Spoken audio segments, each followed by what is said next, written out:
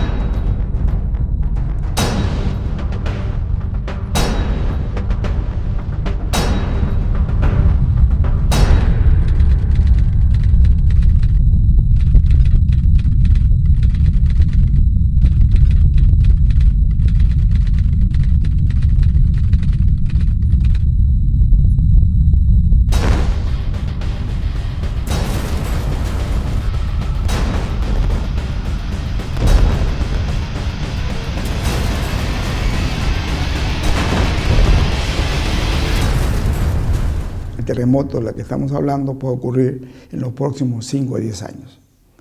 Tenemos que apurarnos para prepararnos. De otra manera, puede causar numerosas muertes y gran destrucción en Lima.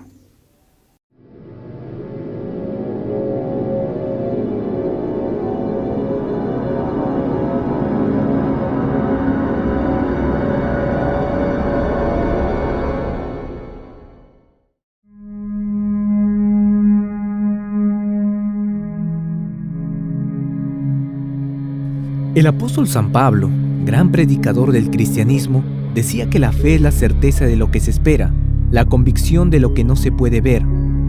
Eso quiere decir que el verdadero creyente debería creer sin necesidad de ver y esperar sin el auxilio de íconos que refuercen su convicción. Pero humanos somos y de vez en cuando requerimos la presencia de un objeto o tal vez de una imagen para fortalecer nuestra fe.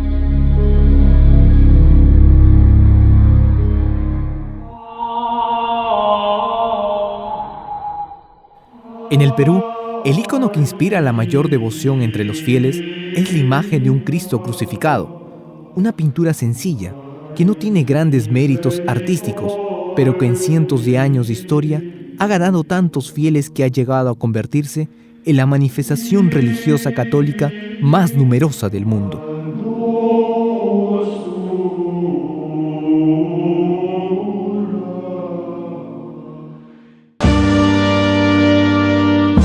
Alrededor de las andas de esta procesión se juntan todos los grupos sociales, todas las razas, todas las edades, con una fe inquebrantable y unánime que tienen sus raíces en siglos de historia.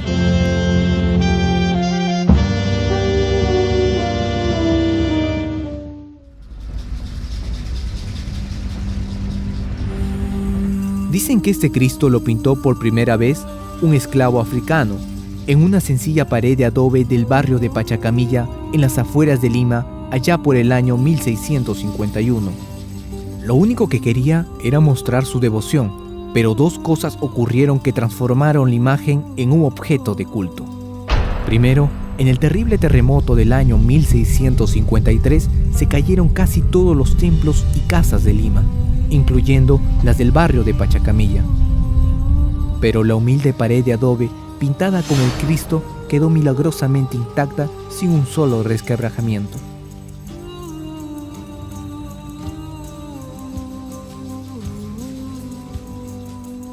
Luego, los enfermos de Pachacamilla notaron que si llevaban ante la imagen a sus enfermos, las dolencias desaparecerían como por encanto. Allí lo bautizaron como milagroso y el fervor comenzó a crecer hasta alcanzar una dimensión insospechada.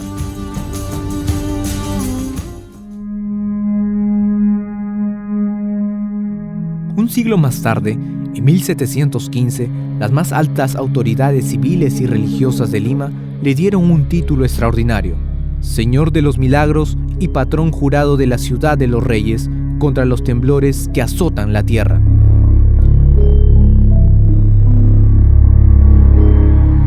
El nombre de Señor de los Milagros ya se lo había ganado con incontables curaciones extraordinarias, pero lo que llama la atención es la segunda parte del título: patrón jurado de Lima contra los temblores que azotan la tierra.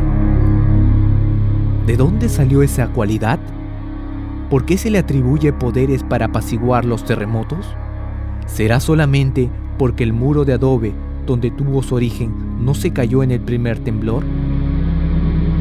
Al parecer, la imagen esconde algún secreto que sus fieles seguidores desconocen. Cristo crucificado, que ahora se adora como el Señor de los Milagros, Él no nació tampoco como una advocación hecha para los terremotos, o sea, su culto se hace a partir, digamos, de haber sido pintado en una pared para, digamos, los afrodescendientes que se encontraban ahí, o los esclavos negros que se encontraban por ahí, hacer, digamos, su respectiva adoración y culto cristianizado. Adquiere el atributo telúrico posteriormente con un terremoto en donde milagrosamente pues, la pared en la que había sido pintado se mantiene en pie cuando todo alrededor prácticamente había sido destruido, ¿no? En el año 1992, la historiadora María Rostorowski publicó un interesante libro titulado Pachacámac y el Señor de los Milagros, que de inmediato generó un debate entre los investigadores. El libro sostiene la tesis de que el Señor de los Milagros tiene sus orígenes en el antiguo dios Pachacámac, que fue una importantísima divinidad en el Perú prehispánico. Pachacámac, cuyo templo está ubicado en Lurín, al sur de Lima, era un dios tan poderoso que con un solo movimiento de su cuerpo podía hacer temblar la tierra. Su imagen, dotada de dos caras que miran, una al pasado y otra al futuro, estaba tallada en un tronco de lúcmo, colocado en el centro del templo, donde los sacerdotes que no podían mirarla directamente oficiaban los ritos en su honor. Ahí se hacían peregrinaciones, se hacían rituales, se hacía, por ejemplo, penitencias, ayunos, para poder llegar al sitio sagrado. Y solo cuando ya habían cumplido con ciertos protocolos es que los sacerdotes los atendían y hablaban obviamente de parte de Dios. Cuentan los cronistas que en la antigüedad multitudes de peregrinos visitaban el santuario, que era también un acertado oráculo, capaz de predecir el futuro y los temblores de la tierra. El culto a Pachacámac fue el centro de toda la religión de la costa peruana antes de la llegada de los españoles. Incluso los incas respetaron profundamente esa divinidad. Prueba de ello es que cuando conquistaron estos territorios, levantaron un templo al dios Sol, unos metros más arriba, pero permitieron que continúe el culto a Pachacámac. El cronista Miguel de Estete cuenta que en el año 1533, los primeros conquistadores, dirigidos por Hernando Pizarro, llegaron al valle de Lurín con la intención de saquear los tesoros del templo de Pachacámac y quedaron asombrados por el terror que le tenían los indígenas. Llegamos alrededor de las 10 de la mañana. El pueblo olía espantoso. El ídolo estaba en una casa bien pintada, en una sala muy oscura, hedionda y muy cerrada. Tienen un palo muy sucio, y aquel dicen que es un dios. Hernando Pizarro ordenó destruir de inmediato la imagen del señor Pachacámac, al que declararon un ídolo pagano. Entonces, los sacerdotes y peregrinos indígenas vieron con gran espanto cómo un soldado español destrozaba la imagen con un golpe de espada. Esperaba que en ese momento se produzca un terrible terremoto, pero nada sucedió, y ese fue el comienzo del ocaso del temible señor. Pero, ¿cómo fue que el poderoso señor Pachacámac, que debía haberse extinguido en la oscuridad de los tiempos, terminó renaciendo junto al Cristo de los católicos?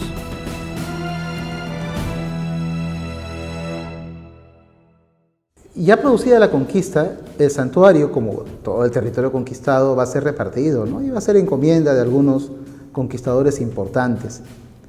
¿Qué va a pasar? Se va a producir un encuentro cultural triple entonces, entre los españoles y su religión, que en este caso es la que va a imponerse, los indígenas, que tienen sus propias religiones milenarias, y los africanos, que llegan también con su propia cultura, sus propias creencias, de las que sabemos muy poco en realidad. María Rostorowski Afirma que muchos años después de la destrucción del ídolo, los indios del Valle del Lurín fueron traídos a Lima y ubicados en un barrio periférico que se llamó Pachacamilla. Allí convivieron obedientemente con los esclavos negros que ya estaban adoctrinados en la religión católica. Sin embargo, los indios aún mantenían fuertemente arraigada su creencia en Pachacámac, pero se cuidaban de hacer ninguna manifestación religiosa que pudiera despertar la ira de los extirpadores de idolatrías. Negros cristianizados conviviendo con indios adoradores de Pachacámac. Allí fue donde, según la historiadora, se produjo el sincretismo religioso. Parece ser que ahí es que se fortalece un cristianismo nuevo, distinto, en torno a una imagen pintada en una pared, ¿no?, que hoy conocemos como Señor de los Milagros o antes el Cristo de las Maravillas.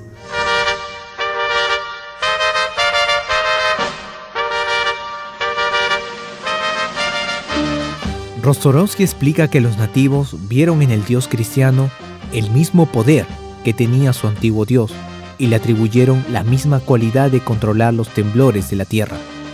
Los esclavos cristianos recogieron esa misma creencia y la difundieron a todo el que quiso escucharla. Con el paso del tiempo, el Señor de los Milagros terminaría convirtiéndose en el patrón jurado de Lima y protector contra los temblores que azotan la tierra. Y es el mismo que hoy sacan en procesión cuando algún terremoto llena de temor el corazón de los peruanos.